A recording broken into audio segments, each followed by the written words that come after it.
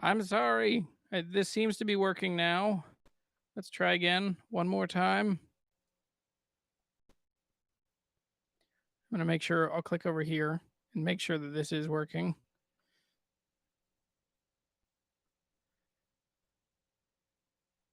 Check, check, check. Is this working?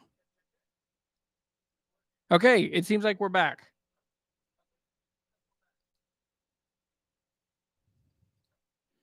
Okay. Sheesh. I'll play guitar until people get in here.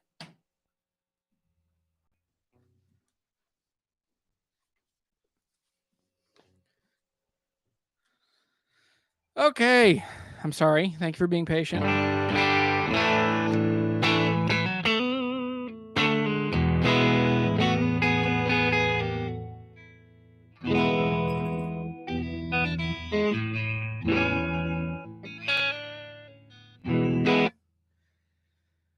Okay. Let's it's Friday. We got a new president. The world is different. Maybe. Anyway.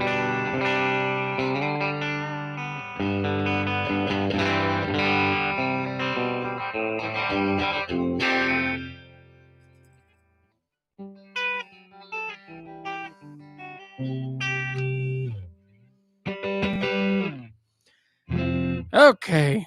No, that's not funny. Is there audio? It seems like there's audio. Too loud. No. Okay. No more jokes. Guys, I got so sweaty in like 3 minutes.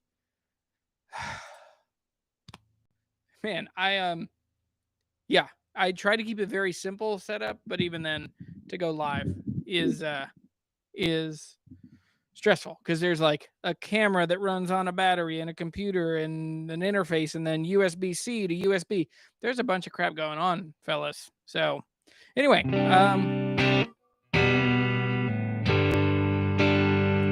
okay. Loud and clear. That's great. And I have to play guitar while I do that.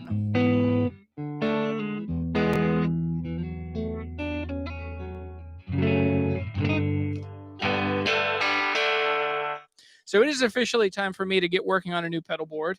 And what I mean by that is I have to change a conviction that I have operated most of my life by because it no longer helps or is really serving what I'm trying to do in the world. Okay, so the thing is, like, I am one of the first people in my family. My dad was technically the first person to go to college, but I'm one of the first people to go to college in my family. My family are all hardworking, thrift store buying, yard sale attending, frugal types. And so that's just deep in my DNA. And I have taken that. And then as that came into my world when I started playing in punk rock bands, where it's like you have to make your own t-shirts and you have to make your own flyers and you have to make your own we had to build the stage for our first show. We have to convince a venue to stop being like, this is a true story in Harrisonburg music folklore is but yeah, we was there was this like redneck pirate themed low rent Chuck E. Cheese. Like, so, arcade games, skee ball pit in the middle, paintball in the back. We convinced that guy that he should do a music venue. And so we got him to build. At first, you just had to book it as a party, which their thing was like, if you pay us $200, you can have the whole place for an evening, which shows you how much they were like making, needed, paying, the 6 or so employees that were there. Uh, and so, anyway, long story short, a couple of my friends talked this guy T into letting us build a stage. And then from there, this turned into just a phenomenal, really fun venue for under 18. Really cool, like kind of punk and indie scene. But all of that to say, like, that's in my DNA, like being frugal and being indie and making things happen, working hard. And I hate spending money. That's why I rarely buy new guitars. I think I've only bought 2 or 3 new guitars ever. And but what I'm finding is with my pedal board, this does not serve me well for a gajillion reasons. But the biggest one recently is that I'm starting to really like certain pedals that have more amp or more milliamp draw. And so I'm just getting noisy pedal boards along the way. So at some point this year, I really want to I want to buy a good pedal board and actually build out a really, really build out like a cool pedal board. So what I've done in the past, and I can show you, actually have two of them over here. I've made old pedal board cases. One was out of an old, like an old man's briefcase. And that was my first pedal board, and it was bad for a lot of reasons, but it was pretty cool at the same time.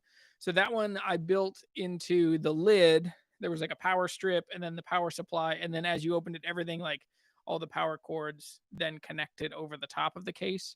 But it made for kind of a messy floor, but it was really cool. And with that was mostly when I would have one pedal board to do acoustic and electric for church stuff. And so it would have an Aphex acoustic exciter, which is still one of the best acoustic guitar pedals I've ever had. But I would have a volume pedal, the acoustic exciter, maybe a reverb, and then send everything out through the DI of the Aphex. And then I added to where I could have an AB switch to where I could either go out the XLR or I could keep going through 1/4 inch into a tube screamer, an analog delay, and a couple other things. But yeah, this is my year that I need to. Yeah, Eric Comer knows what I'm talking about. Yeah, so anyway, right before I was doing this video, if you missed it, this is the second attempt. Technically it's the third because I always run like a private one just to make sure everything's working. But yeah, everything got a little crazy. And it's all because of this dumb accessory. Anytime you have to convert signal, it drives me crazy. So this is a USB hub and it has two USB-Cs on this side, and it should, in theory, be able to power through another USB and then give me 3 USB 2s and then an SD card and a micro SD. What I have found is that every time I have this thing plugged into the port on the side of my computer and then I go to put in anything on where that the leverage is, it will disconnect a hard drive. So it causes Premiere to crash whenever I do it if I'm putting in cards.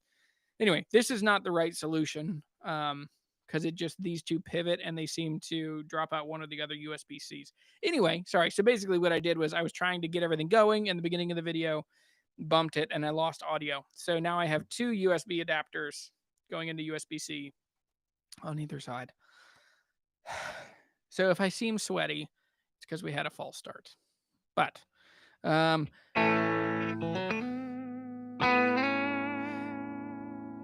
yeah, I don't know if I would be in music because I grew up seeing tons of bands play, and I hate going to bars. I don't hate bars for any of those. I just hate going to bars to see music because there's usually a lot of people that aren't there. If I want to see music, I want to go to a place that people are trying to see music, and I've always had a much better experience with, always had a much better experience with like cool venues, like even the Elks Lodge. I saw Darkest Hour for $2 at the Elks Lodge in Harrisonburg, Virginia. I saw Me Without You for $3.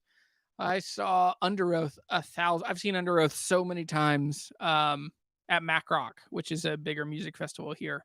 But it's crazy, like the amount of bands. Ray Worth, a friend of mine when I was in high school, booked Mastodon. I saw Mastodon for what, $7?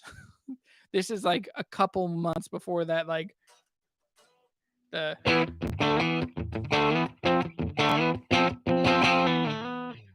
which is still one of the hardest things to play as far as timing goes. But okay, there are a couple questions in here. So the general itinerary of what we're going to do, there's less structure than there was last week. Generally, I want to split our time up into 2 or 3 chunks. So I want to go through, which actually didn't. Well, so I want to go through announcements. That'll be a very quick little thing up front.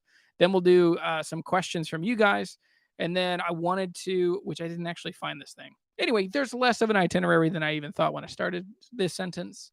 But yeah, by the end, then we'll plug into just general Q&A, funny reactions. If you have anything you want me to react to, you can send it to me here in the chat, or you can send me a DM on Instagram. I'll open that here in a couple minutes. Here's a question for the chat. What is the best band you saw for the cheapest amount of money? Darkest Hour for $2 might be my best. It was $12 for Mastodon. I just remembered. But $12 for Mastodon, like in September of 2004, right before Blood and Thunder, or no, right before Leviathan. They were touring for Blood and Thunder.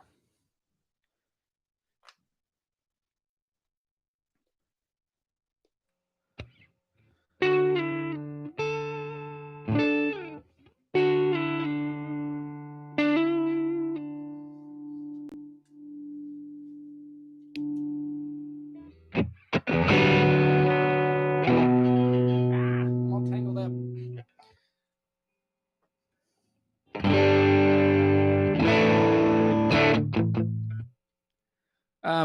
So last week, a good friend of mine who I see all the time here in Harrisonburg. Well, who am I kidding? It's COVID.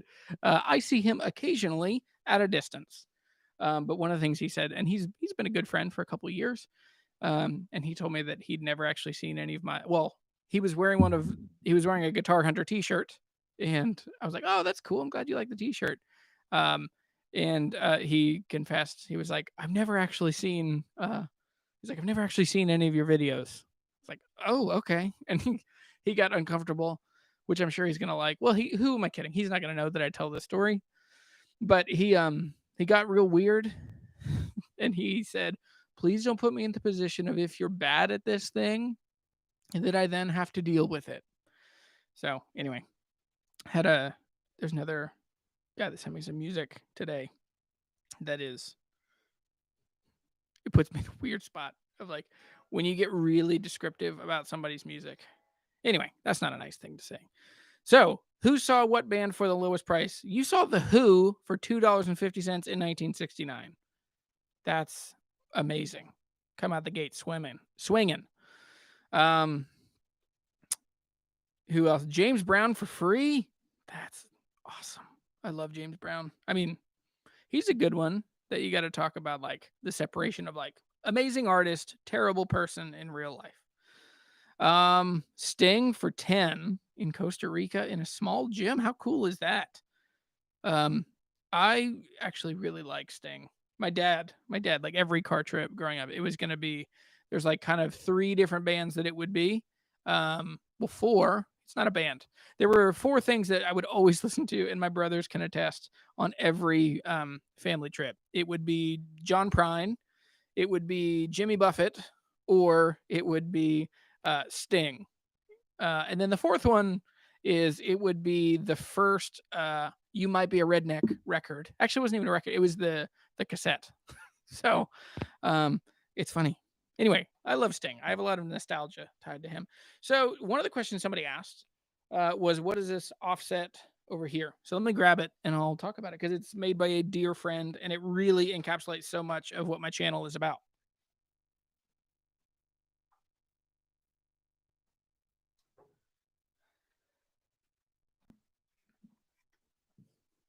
So I've talked about this guitar here and there. I've never done like too thorough of an explanation of what it is. But this is made by Rude Guitars. This is made by Evan Dowie. So he is a friend of mine in New Orleans. He is a wizard, just an amazing guitar builder. So this is a model. I don't know if he still calls it this. This was called the Revelator, which I always thought was fun, coming from New Orleans, a city of revelry, that you have a guitar that causes revelry. So this guitar, we custom wound to PAF style. Really good. They're not overly hot PAF style pickups. Has a 3-way switch. In the middle, it's actually the humbuckers are out of phase, which is a cool, like quacky, cool tone. The bridge is real bitey. The neck is incredibly bassy. It has super flamey maple on the back of the neck. You might be able to see that. The camera's probably just going to focus on my face. But I wanted like a Fender-ish hollow body. And so it's a semi-hollow. There's a block here in the middle. It's a cut telly bridge. So basically Gibson style pickups, a Fender scale length, 25 and a half. It's been a while. I don't remember. But it's a cut telly bridge because I wanted to have a brighter sound. So I thought the brass saddles would give us some brighter. 2 500K pots. No fancy pull or push or any wiggly stuff. And then just a 1/4 inch coming out. The body is made of Limba, which the guys from Cower Guitars confirmed this. So limba, another word for limba is Carina. So this is it's Gibson-ish from the 50s. It's a transparent white finish. It's all nitro, and this is a good guitar. Like, it's only maybe 4 years old, but this guitar is like getting worn in with me. It's got a couple, like down here, there's a couple places where the finish has been bunked, and yeah, nitro overall is just less forgiving. And so that's the thing, is like there are so many benefits to polyurethane, but there's so much peer pressure to only want a nitro finish. But it is interesting. Nitro really does like grow with you pretty quickly, where poly tends to look great until it's like everything else. Like the wood can rot from the inside out and the outside would still look good and shiny. One of my favorite details of this, which I hope you can see, one of my kids, when she was 3, she put, I don't think you'll be able to see it. It's just going to stay focused on my face. But it's a tiny little pink unicorn. But the sticker, like she put it on and then wanted the sticker back. And so she tore it. And so it's literally just, it's like half of a unicorn, little unicorn butt on the back of my headstock. And then there's another sticker, another smiley face emoji here. But yeah, you can, excuse me, you can see super flamey maple there on the back. I went for the Fender style Cluson. These are Goto, the Relict. Yeah, this guitar is just everything I love in just everything that I wanted at that time that I don't have. Because when I play electric guitar, which is a lot, I just don't. Anyway, I've been insecure this week because I had 2 videos tank of me playing electric guitar. And people are saying that my channel is only about acoustic guitars. And it's not. Oh, this might be pretty out of tune.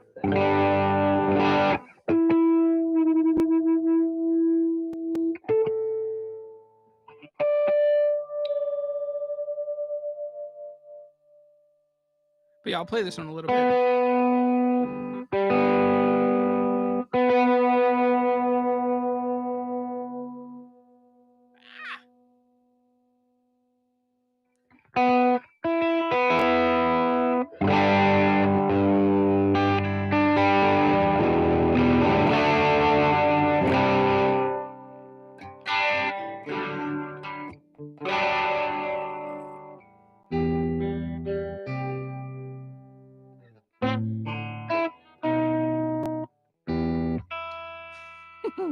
Nothing like playing guitar in front of people.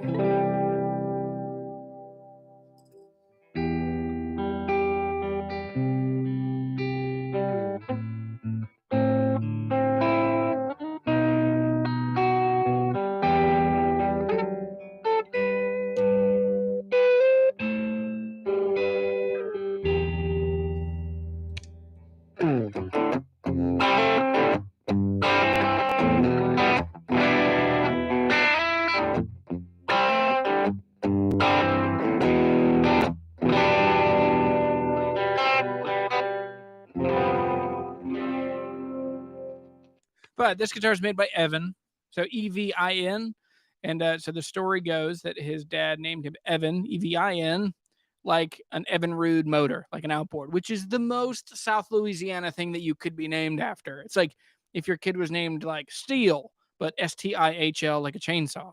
This is my son Kubota, and my other son, I can't think of another one. My other son Porter Cable. But yeah, so this guitar is Evan, and so Evan named after Evan Rude outboard motors. Evan makes Rude guitars. So check out Rude Guitars on Instagram. Evan, wonderful friend, amazing guitar builder. I wish he made more guitars. We sold a chunk of them, and he's like right in that cool kind of modern vibe of like fun offsets, weird designs, cool feature sets that didn't come on guitars from a long time. Yeah, he loves all those like fun Fender colors from the 50s and 60s. So I love this guitar. I am plugged into the Tone Master Deluxe and it's going straight in with one of the cab sims. So I think the cab sim, it's whatever the one is default. It's the Royer, whatever that mic is. It's that IR. So anyway, it sounds good. It sounds as much like the guitar, the amp in the room as it can. There may be a little bit of bleed over. Let me see what else. Saw ZZ Top for free. Played golf with Frank Beard, the drummer. How cool is that? What's that? No, it's Iron Maiden. In the Iron Maiden documentary, they're playing golf. In the highway, where in the tour, it was on HBO like 10 years ago. They did like 150,000 miles. They did some like insane Flight 666, I think is what it was called. Anyway, while they're playing golf on their day off, their drummer got hit, like just got beamed by a golf ball, and it fractured his wrist, and they had to figure out how they were going to do the rest of the tour. That would be stressful. So the point is, golf is dumb. Don't play golf. Saw Jimmy Buffett for free at Duke's in Waikiki. Sitting in a what? Sitting in a Jimmy Buffett cover band. That is funny.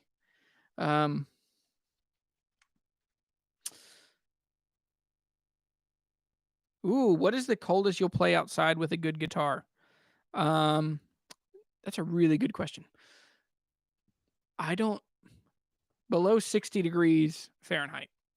Below 60 to me is just too cold. And your guitar is not going to like it. And if it's a solid wood guitar, it will not stay in tune. Now, this doesn't mean, this is like assuming you have an all solid or a solid top guitar. I think this is the place where I don't even know how to pronounce that name, but like Kloss, KLOS, those guitars, like carbon fiber and fiberglass guitars, I think you would have a great, you'd have a great time, and I think you'd do a lot better.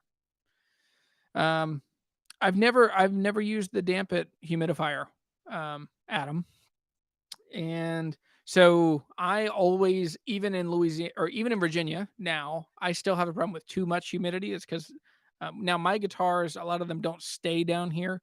They'll come down on days that I'm filming, but I keep hygrometers around, and I make sure I'm between 40 and 60%. And then I have a dehumidifier running over on the other side of the room here that I turn off during these shoots. But I've used the Diodario, the pouches, and then forever I used those like Snake, the green rubbery things.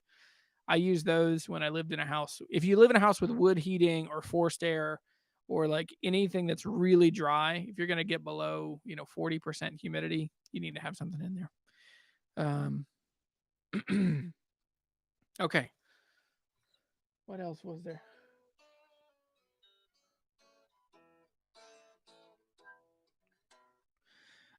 Yes. So, Rude Guitars, go check them out.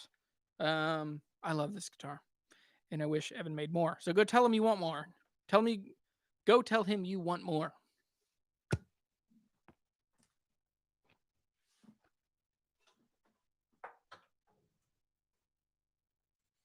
Okie dokie. So, one of the things I wanted to do, we're not going to do, but we'll save it for next time, which is, or maybe we can do it free form. I want to question frequently answered questions. I've been trying to figure out how to tie this together in a clever way to say like frequently questioned answers. Or like we just need to question. So some of those things, like what are rules of thumb you've been told about guitar your whole life? And then let's figure out like, are they true or not? Because there seems like a ton of just nonsense out there. I'll say one that I hear all the freaking time, and it's so dumb. It doesn't even make the basic amount of sense, which is when you're restringing your guitars, don't take all the strings off at once. You should take them off one at a time and then swap them out for new ones so that you don't ever change the tension of a guitar. That is complete baloney. Don't believe it. That is just a dumb old wives' tale. It's someone that does not understand engineering or physics. And there is a practical way in which this is dumb and does not make sense.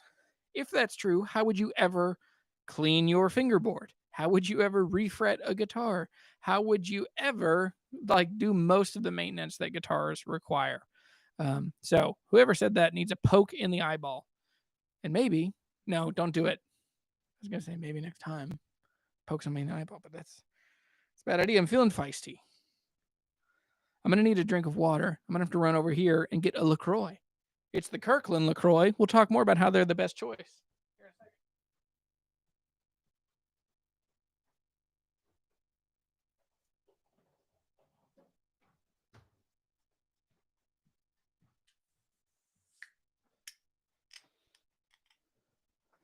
Oh, is that Korean? I don't know what that is.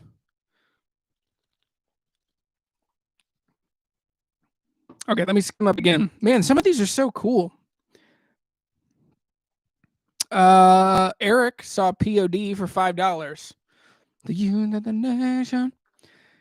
I bought that CD on September 11th. No, I had it. I had it on September 11th. And man, I listened to Youth of a Nation 10,000 times. I also, here's a funny story. When I was in 7th grade, I was saving every dollar I could to buy this Tom DeLonge. You can't see it. It's behind me. To buy my Tom DeLonge Squire. And I was cutting tons of grass, and I spent all summer cutting grass. And my CD, I had a Walkman, I had a purple Walkman CD player, and somehow it got dropped and it broke to where like the latch, the mechanism to open it wouldn't open it. So it was stuck with whatever CD was in it last, which was the Eiffel 65 Blue record. And so I have listened, and I know like the deep cuts of Eiffel 65. So, fun fact to know and tell. Let me skim up here. All right, so Carmen, we talked about the semi-hollow back there. Joe McGraw from Virginia, Captain T's. We talked about this. All right, I'm caught up. All right. Beta Radio for 6 cans of soup. What? Oh, that makes sense. Yeah, 6 cans of soup. Joan Jett and the Blackhearts for $1 about 12 years ago on the 4th of July. That's awesome. How long did you have to wait before she played like the 3 songs that you know? I saw, my brother tells me that when I was a kid, so we used to go to this it was called Bay Days in Hampton, Virginia. And so there's like stuff on the Chesapeake Bay. So my brother tells me, and I have a memory of seeing like a big rock and roll band with like a sea of people in front of us. My brother says that it was Led Zeppelin. That would have been like 98, 99. Like, was Led Zeppelin playing? Would they have played just like a music festival? Or like, it's not necessarily a music festival, but anyway. James is looking for a Martin M36 or M38, and his phone number is right there. I sold mine a while ago. What, a year and a half ago, probably. Really great guitars. Now, here's the thing. I'm sure there are minor differences, but generally speaking, no, hang on.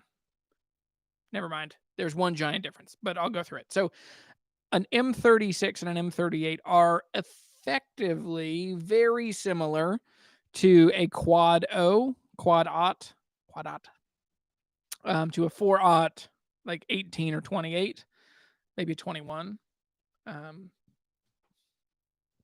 giant difference, the really big difference is that do they have 3-piece backs? I think that's the big thing. They're like 35s. So they'd be tricky. Anyway, we talked about ZZ Top. We talked about POD. We're working our way back down.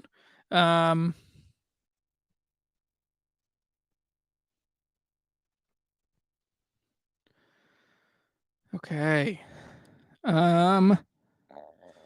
Jonathan Sykes says, do I like the Martin X series? Yes. It's not a super confident answer. They are fun guitars. I really like the Little Martin. I think that's the best of that style of guitar, the LX1.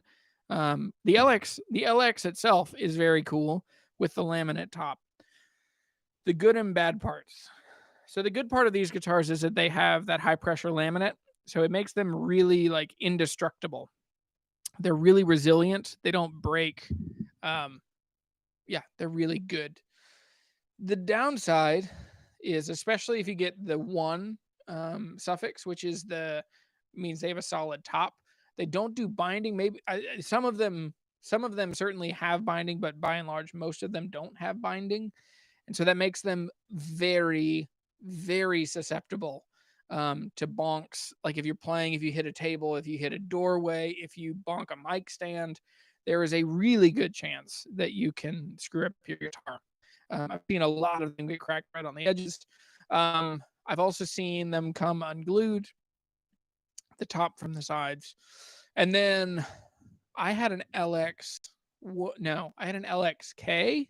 So it was like, it looked like Koa, which it was a really cool guitar. I took it everywhere. I took it way up in the mountains in Colorado. That was the main reason I bought it, was I was going to work at a Young Life camp, and I was there all summer, and I needed a guitar that I could take to, 9,000 feet all the time, and I would take it with me when we hike a mountain and go up to 12,000. And so very cool guitar, but very cool guitar, but it hit a couple times, like on the by the end pin on the bottom. And when that high pressure laminate cracks, it's basically like a countertop material. It cracks big time, and there's no fixing it. So it had two, like, it looked like it just got hit hard on something on the ground. So overall, the X series are okay. New, they're a pretty good price. Yes, I just had a thought. So like new, those guitars are $500, like $400 to $600 or $700. 15 years ago, 10 years ago, there weren't really any other good options in that same range. But man, right now in the $500 to $700 range, you can have your pick of such cool guitars.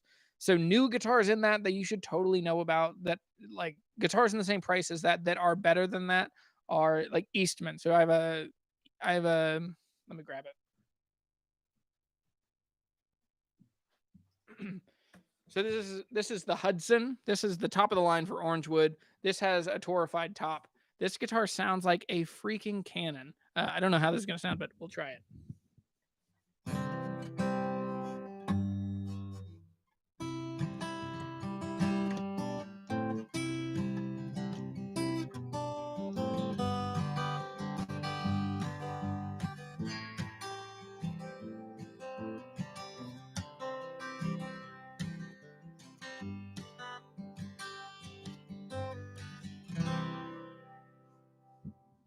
So this guitar retails for $695, which, given that's not $500, but they have other options. They have the Sage. There are a couple others.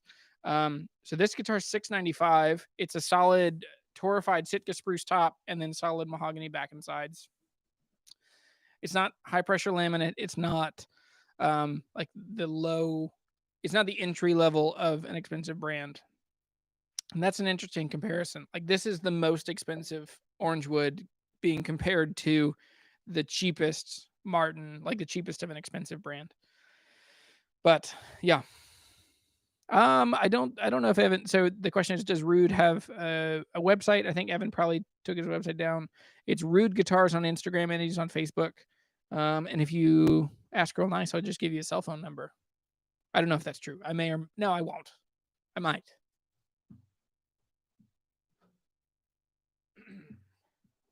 Okay, so what are other like frequently asked things that you get told all the time that we should question? We talked about changing guitar strings one at a time. That seems dumb, and it is not.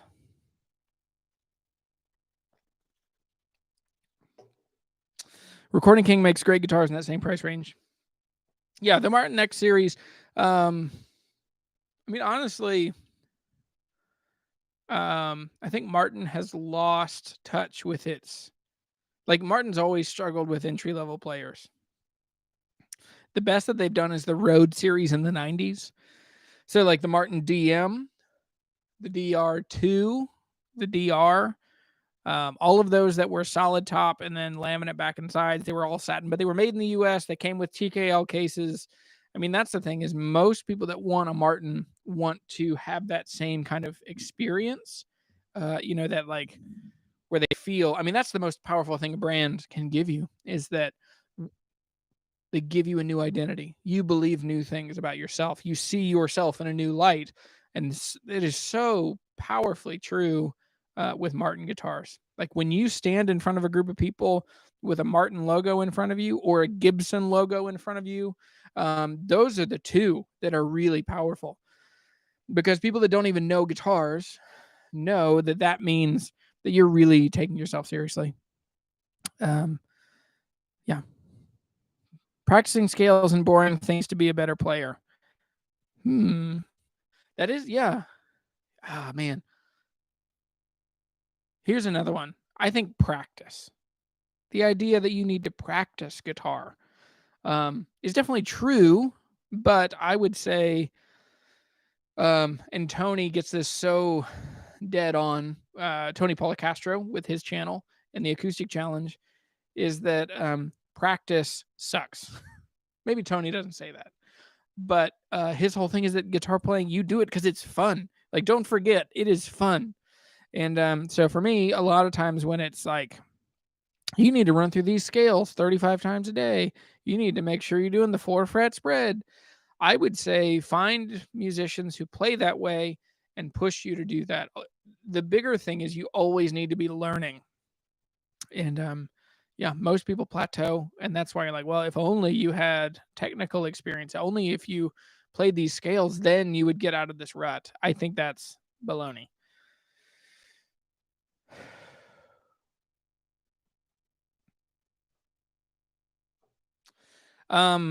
So this week I'm playing out for the first time in a while. I'm gonna play at church. So we do a live stream. We're not doing any in-person services for a while. Actually, we're doing out like in person but outside. And so that comes back to that question earlier. Like, I don't have any guitars that I'm gonna play in 30-degree weather. Which our music director, who's a dear friend, she texted me and said, well, somebody from the church gave us an ovation, and so you can use that. And I texted her back, and her husband is a great guitar player. I texted her back and said, like, you know me well enough that I would never be seen dead or alive playing an ovation. And she immediately said, like, that's what my husband said.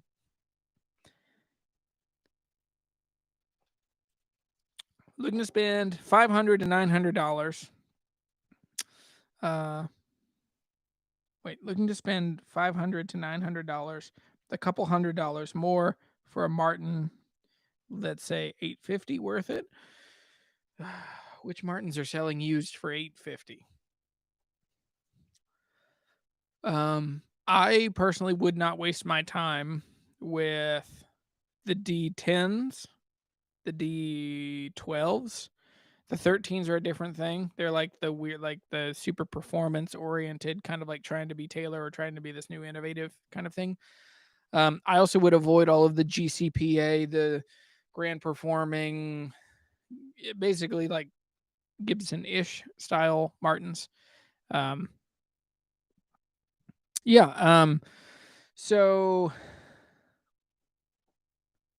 yeah, $850. I would try and find a Martin SWD GT. So it's basically a D16 with cherry back and sides. They've gotten pricey, which, yeah, they've gotten pricey. They're new. They've been $13.99 for a long time. I bet they're more than that now. That's probably an old price. But yeah, so if you're looking for a Martin around $850, don't do it. Thomas, we're not going to talk about it.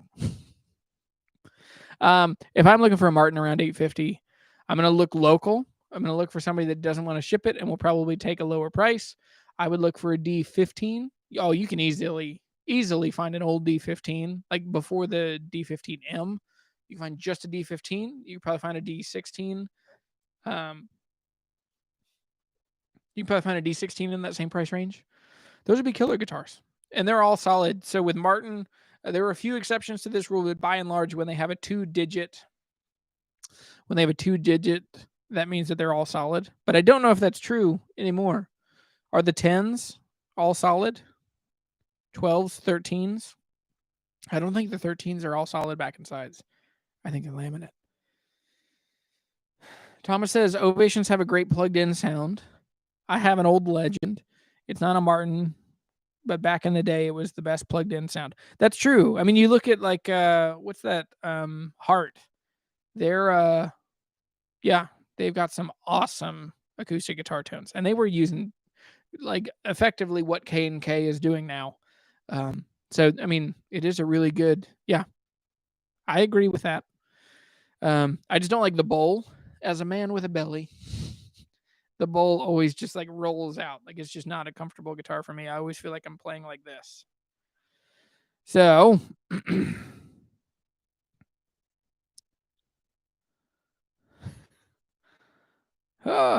Mark, Mark.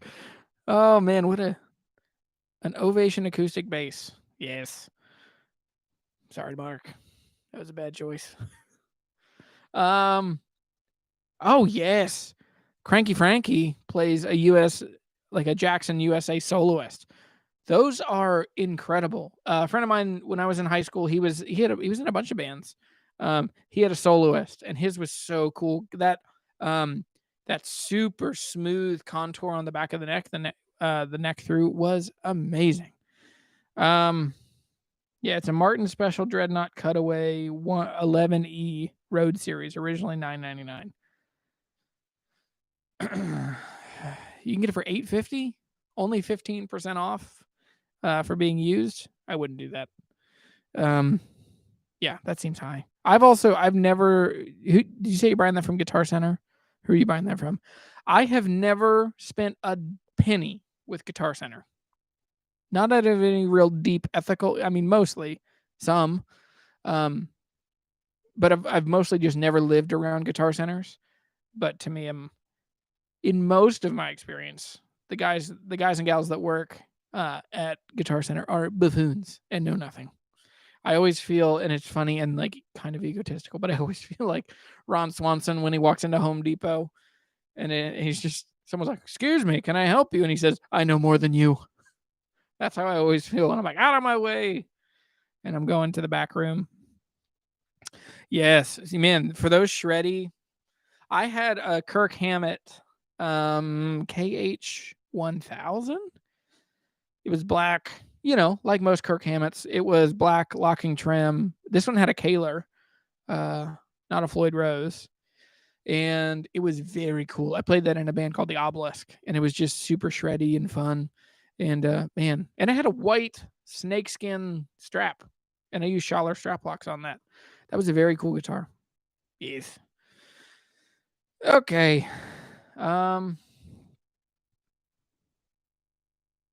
Yeah, Guitar Center. Okay, what else do we have?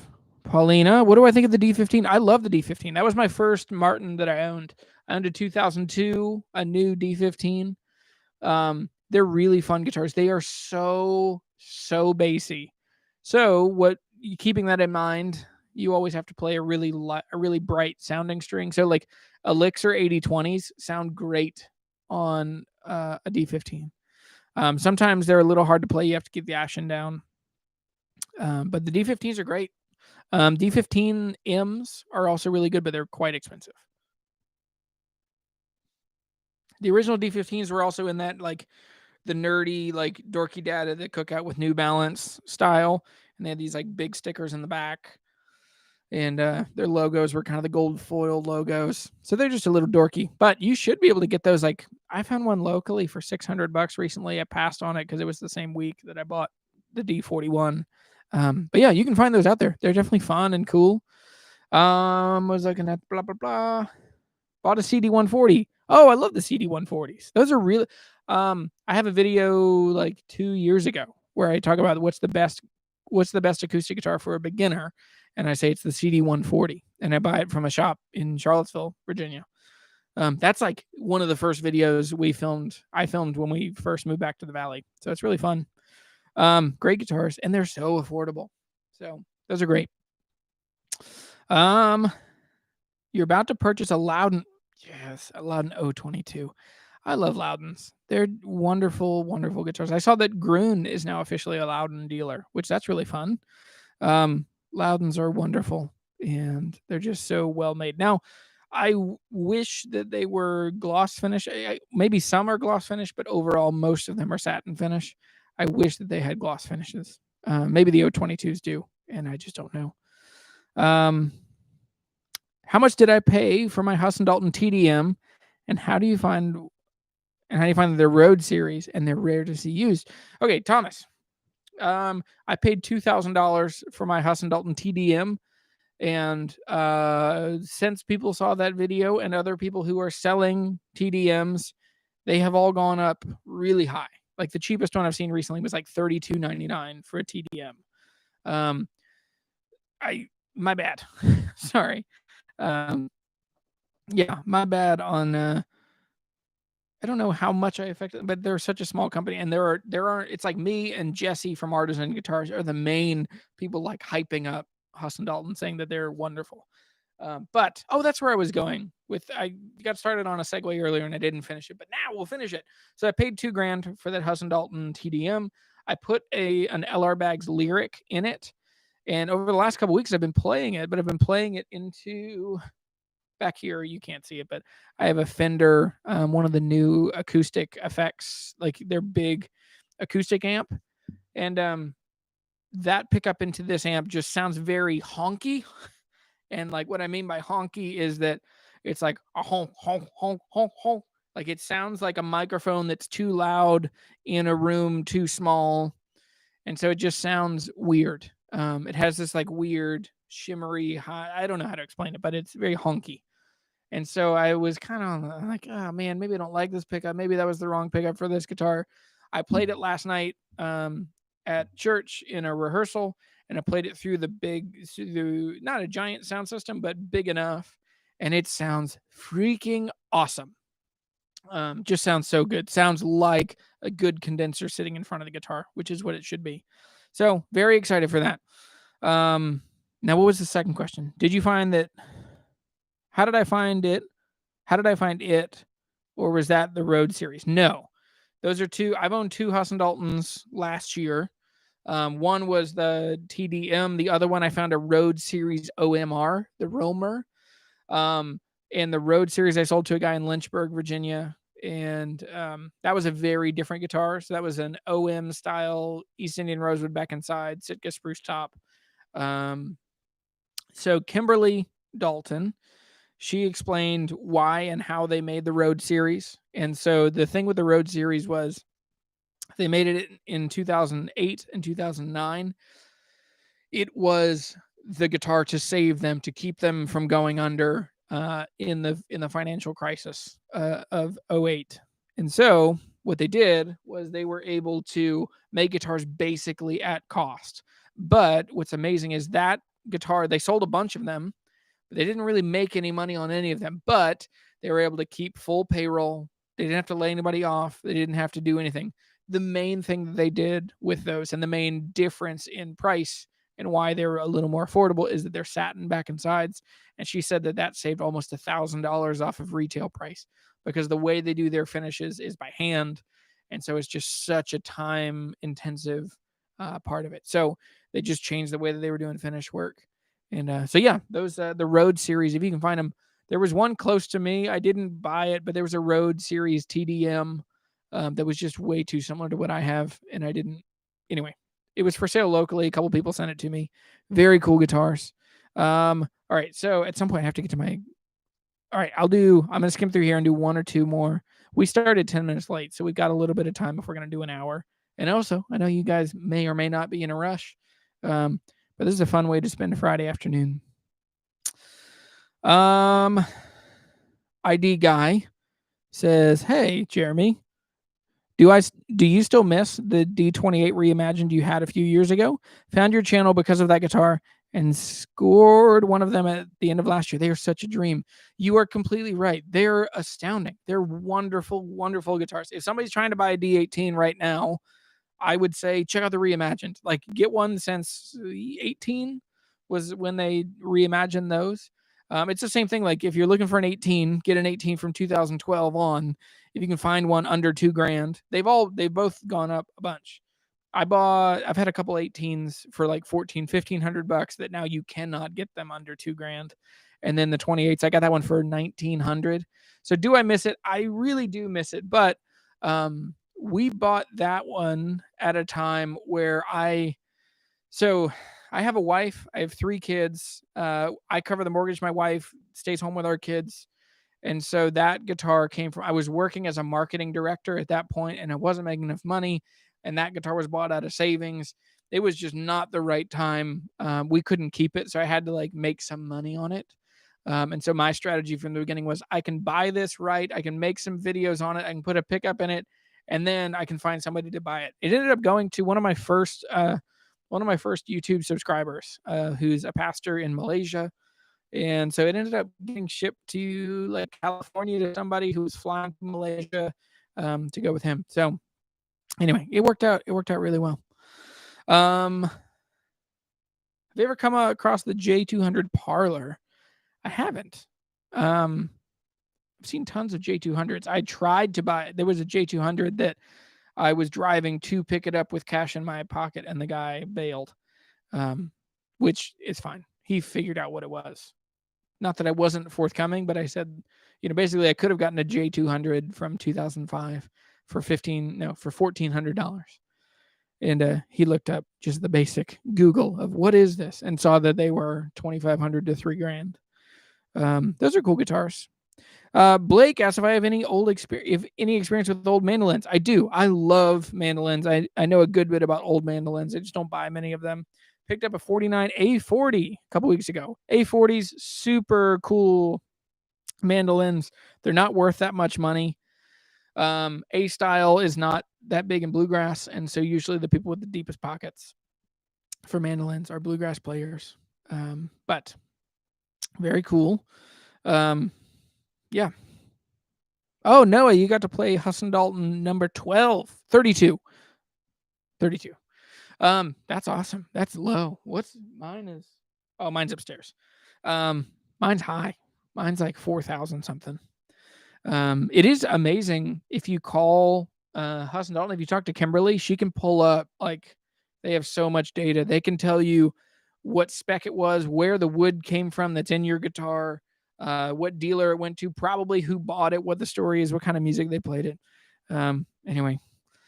Yeah, Jim Snowden. He's a Canadian guitar hunter. So he's been texting me looking for a D35, and then you have a D15M, right? Yes. Yeah, like an 80. It was pre-truss rod, but cool guitar. Yeah, I love old Martins. Any chance I'll get to own them, even if I'd like, which I've only ever lost money on 2 guitars in the thousands of guitars that I've bought. But anyway, okay.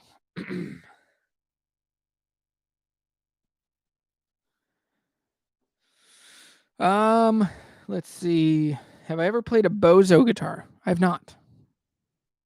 I'm trying to get an Iris guitar, but they're being a little difficult. I want an Iris guitar, but typically how this works is brands, if I reach out to them, usually brands will offer me artist pricing or dealer pricing so that I can then buy it, make a couple videos about it, and then I can sell it and break even-ish. Like usually artist pricing is about used price.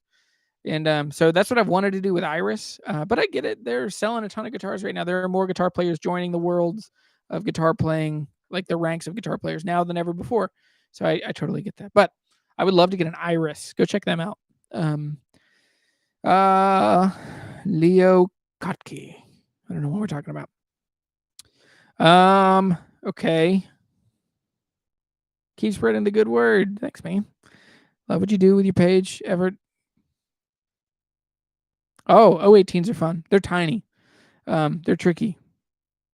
0018s, some are really wonderful to play, but overall, if you like a dreadnought sound, moving to a double or a single lot, it's a big difference. All right, let me pull out Instagram and go through questions from yesterday, hopefully. Okay, here we go. There's some really good questions in here. What sets up pricing in guitars? For example, why are Larave's so much cheaper compared to Martin? So this is from, oh boy, Gialabi. Anyway, part of it is the size of the institution. Part of it is the inflation in price compared to the impact your brand has. Like when you are an aspirational brand like Martin, like one of the biggest markers of aspirational brand is people who are not in that world know what that brand is. Like for me, it's like, Oh boy, what's a comparison? I know a good bit about cars, so that's not a fair comparison. I don't know, but it's like no one outside of when people outside of that world know about that thing. So, for example, Martin, way more people know about Martin guitars. Like my in-laws now know so much about acoustic guitars, or just guitars in general because of me. But anyway, but yeah, so Larrivee, I think the other part is it's part of maybe the mission or the values of that organization. Larrivee always seemed like they certainly have their full fat, like, come to play the L9s, the 10 series. I mean, they're top of the lines. But I think overall they're aiming at a soft spot in the market. They're aiming at that intermediate kind of player, that $1,500 to $2,500 guitar. Like their bluegrass, what's the D40 that they make? Is that what it is?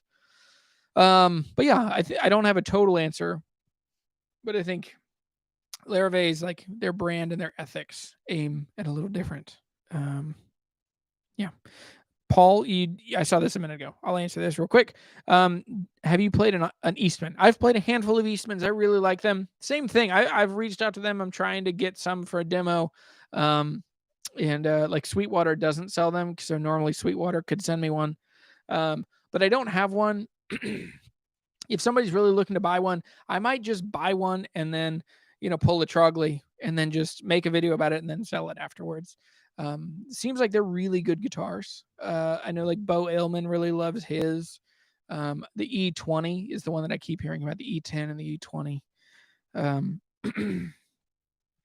Oh, Mark, you asked another question. I thought you'd ask another question. So this is Mr. Mark Dugan of South Louisiana. Mark says, what's the best Martin to be had in the $600 range? If you are super lucky and you can find a D15 for $600, that's the best one that you could find. But overall, I would avoid the X series, the Road series. If you could find a used, I'm going to say both used. If you can find a used D15, or if you can find a used Road series, a DM, a DR, DR2, all those are really cool. DR2s have gone up in value. There was one recently around here for like $475, and then somebody bought it and immediately flipped it and was selling it for like $750 on Reverb. They even used the same pictures, which they weren't theirs. Like, it was a crazy thing.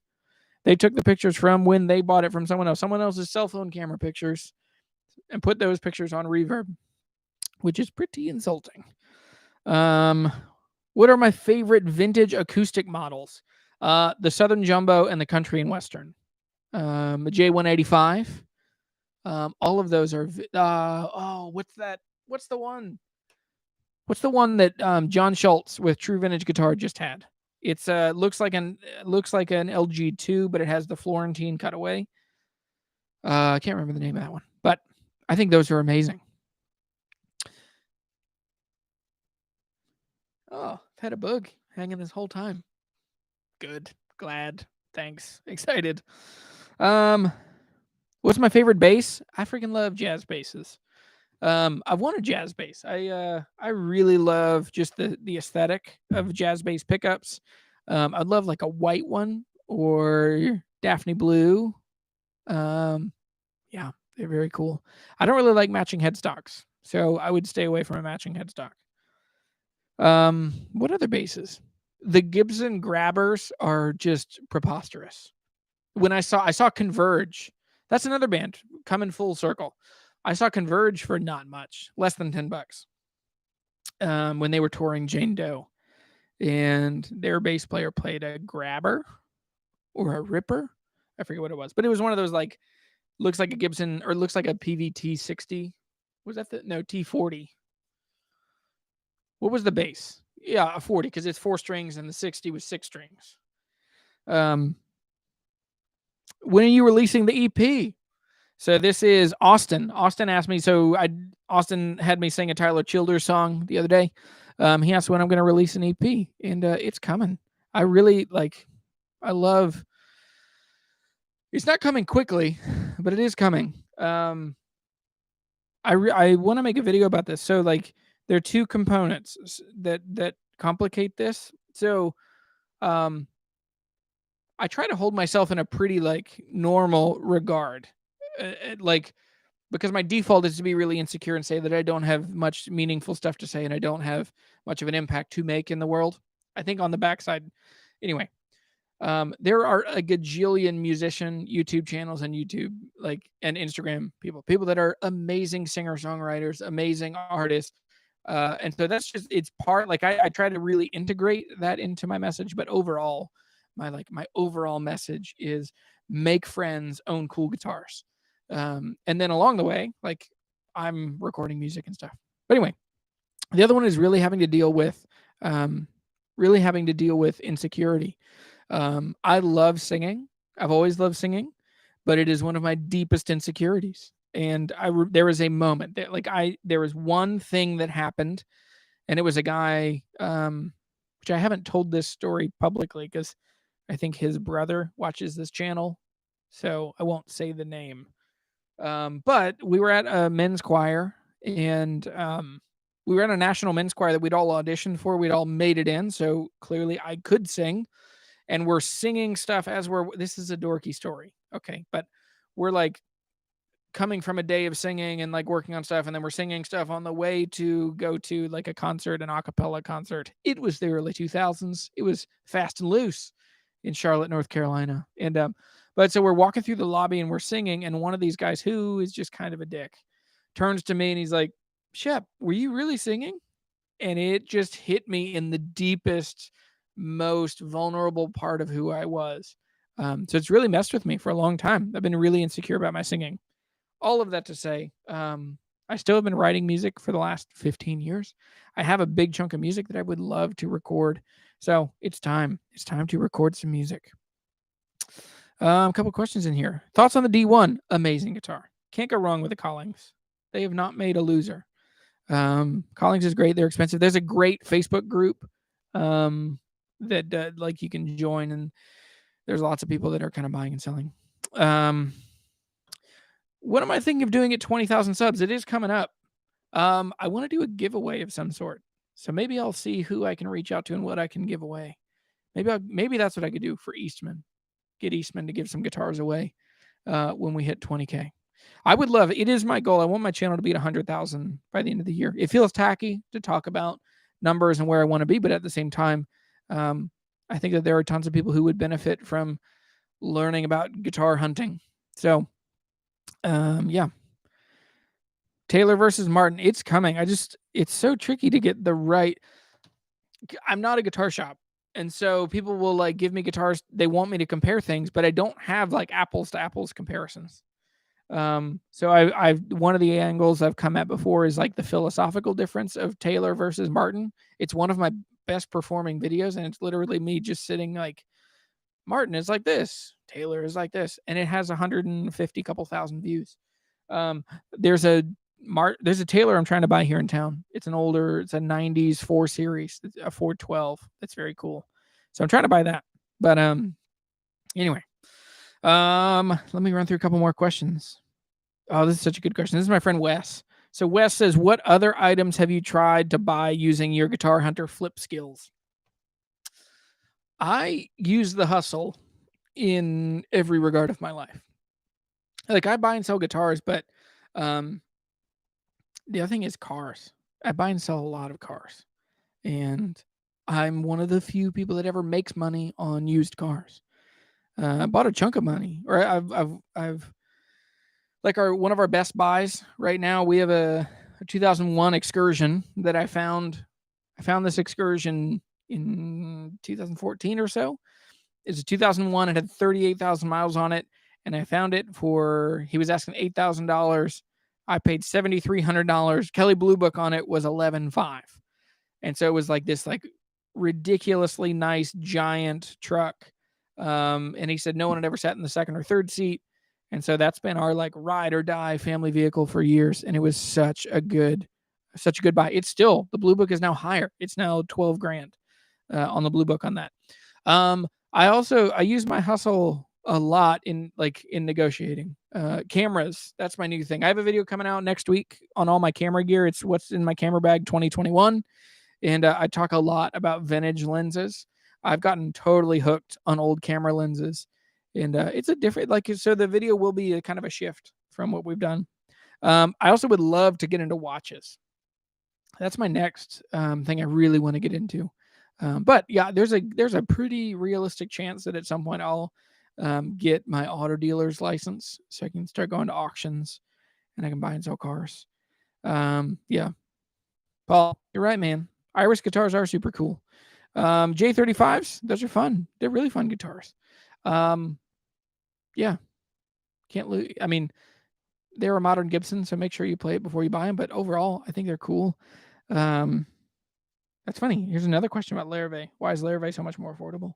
Any boutique guitars? This is Guitar Squire. Any boutique acoustics that seem to stand out to you? Have you had your hands on many? I've had my hands on lots of guitars, lots of boutique guitars. That's been my main interest the last 10 years or so. But I really want to start getting into boutique electric guitars. I want to start buying more. I just don't see as many, I don't see as many of what I'm interested in. But boutique acoustic guitars, I think Waterloo, which you would call them boutique, even though they're kind of they're aiming at a different price point in the market.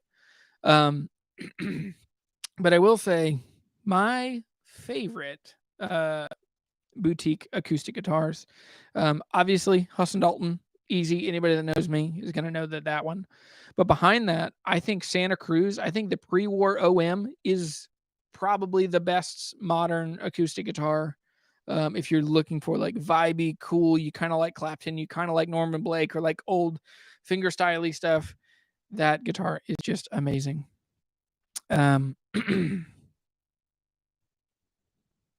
now nominate you as Virginia DC and Maryland Guild Rep. Hell yeah, I'll take that. Adam, you asked me this last week. What's the farthest I've ever traveled? Or maybe not. Someone asked me this last week. What's the farthest I've ever traveled to pick up a guitar? About 8 hours. Not as far as John Schultz. John Schultz will like jump on a plane or drive thousands of miles. I found a guitar in Nashville when I was in New Orleans. And thankfully we have family in Nashville, so it wasn't crazy. But I found it and I was like, all right, we're going. So we all jumped in the car and we left the next morning and we came up. Message retracted. What'd you say? Love to hear some Childers right now. Okay. Yes, we'll do that. That's how we'll end. We'll end with some Childers. Let me get some lyrics. My brain doesn't hang on to lyrics. Like I can hum every guitar solo, but lyrics evade me.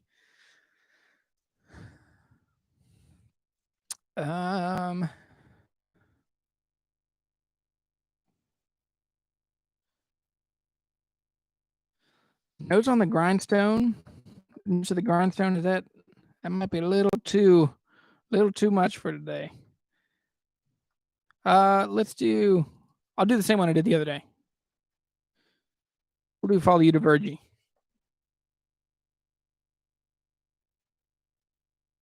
Let me get a capo.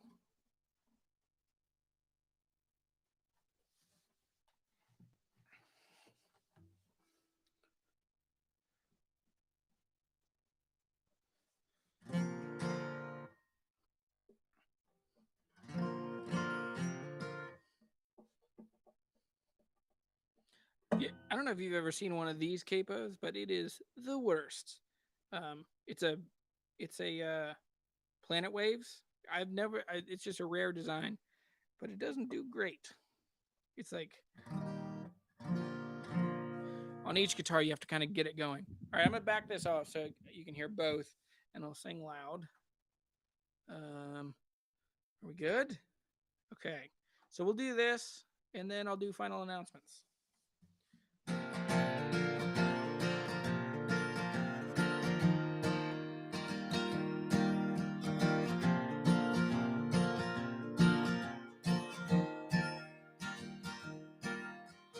Back before these calloused hands in all this world,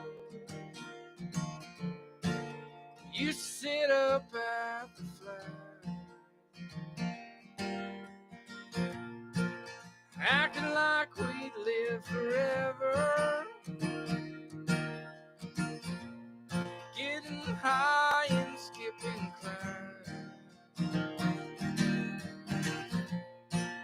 Yeah, I reckon we were heathens, but in her eyes we were saints. Now you're calling all the boys home, 'cause heaven's angels carried her away. So I will follow you to Virgin, although it hurts me so to lay to rest this mountain beauty. The Lord's called home and I can see her up in glory, see her through the fire.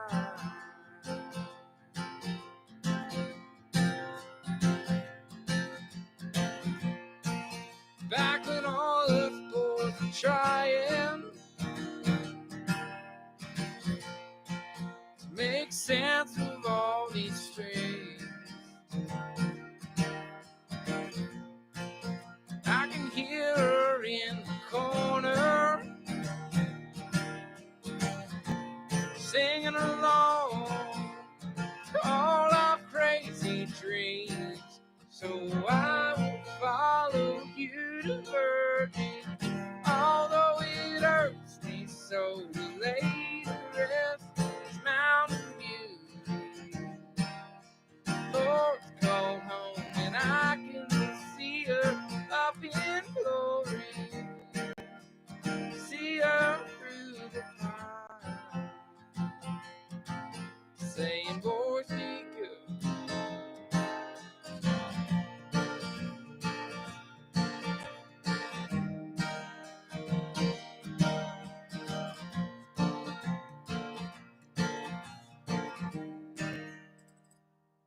Click more. So I will follow you to Virgin, although it hurts me so to lay to rest this mountain beauty. Lord's called home and I can see her up in glory, see her through the fire, saying, boys, be good.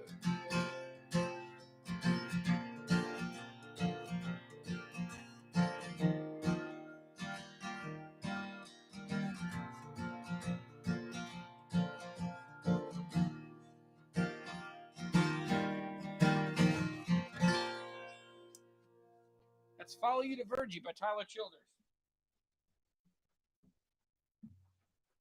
So that song, yeah, so that song reminds me a lot of my mom. So my mom, she died when I was 20, and she was, I mean, I'll never I'll never be cool with that. Yeah, she died way before she should have gone home, and so never met my wife, never met my kids. It's hard, and I have 3 brothers, and it affected all of us really hard, and some of us have still never recovered. But yeah, that song always I dig it. Like I don't know, I struggle with like just cheesy poppy songs that don't cover real life. So anyway, I love that song a lot. It means a ton to me, and so hopefully you like that. I do know Lady May. There's let's leave everybody wanting more instead of yeah. Rustin Kelly reps the Santa Cruz. Yes, man, the Santa Cruz, that's a wonderful guitar. That's a great brand. The Bourgeois, the what Big Country, that other one, that's a great. Rhett has one of those. He has, and Bourgeois is awesome, and Rhett's in particular is just they use amazing super bear claw tops that are very cool. How about a theme on lawsuit guitars? I like lawsuit guitars. Yeah, especially the only Takaminis I really like that much are the real Martin copies. Tyler had his Brazilian roast with this morning. So, all right, man, that yeah, so that moves us into the announcements.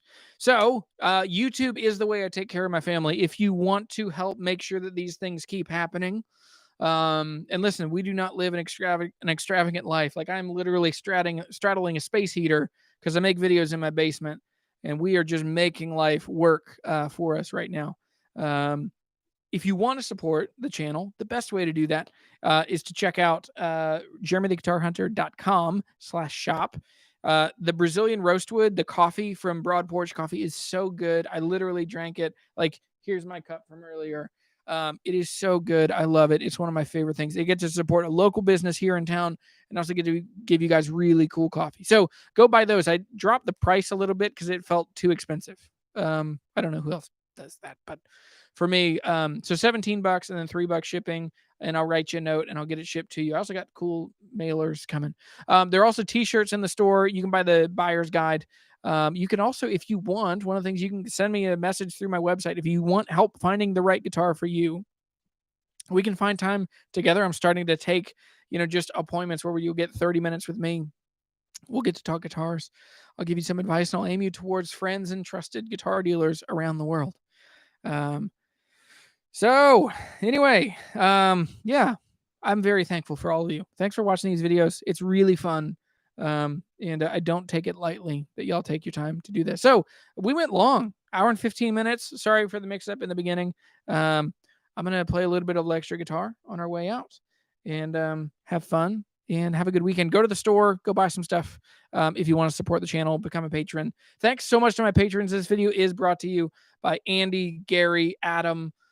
You are my ride or die. Andy and I talked on the phone today. It was so fun, man. I'm just humbled and thankful that I get to do this with my life, and it's deep and meaningful. So anyway, I'm gonna jam. I'll give you 2 or 3 minutes. All right, love all of you. Have a good weekend.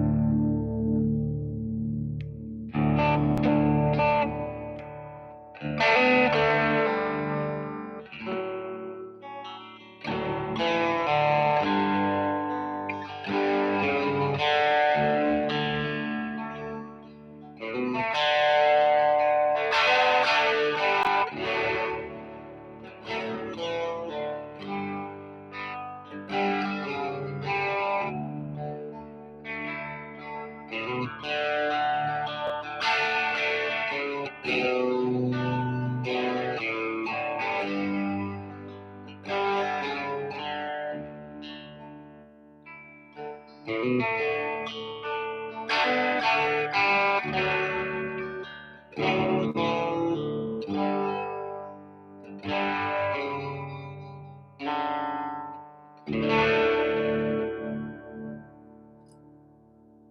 everybody. Have a great weekend.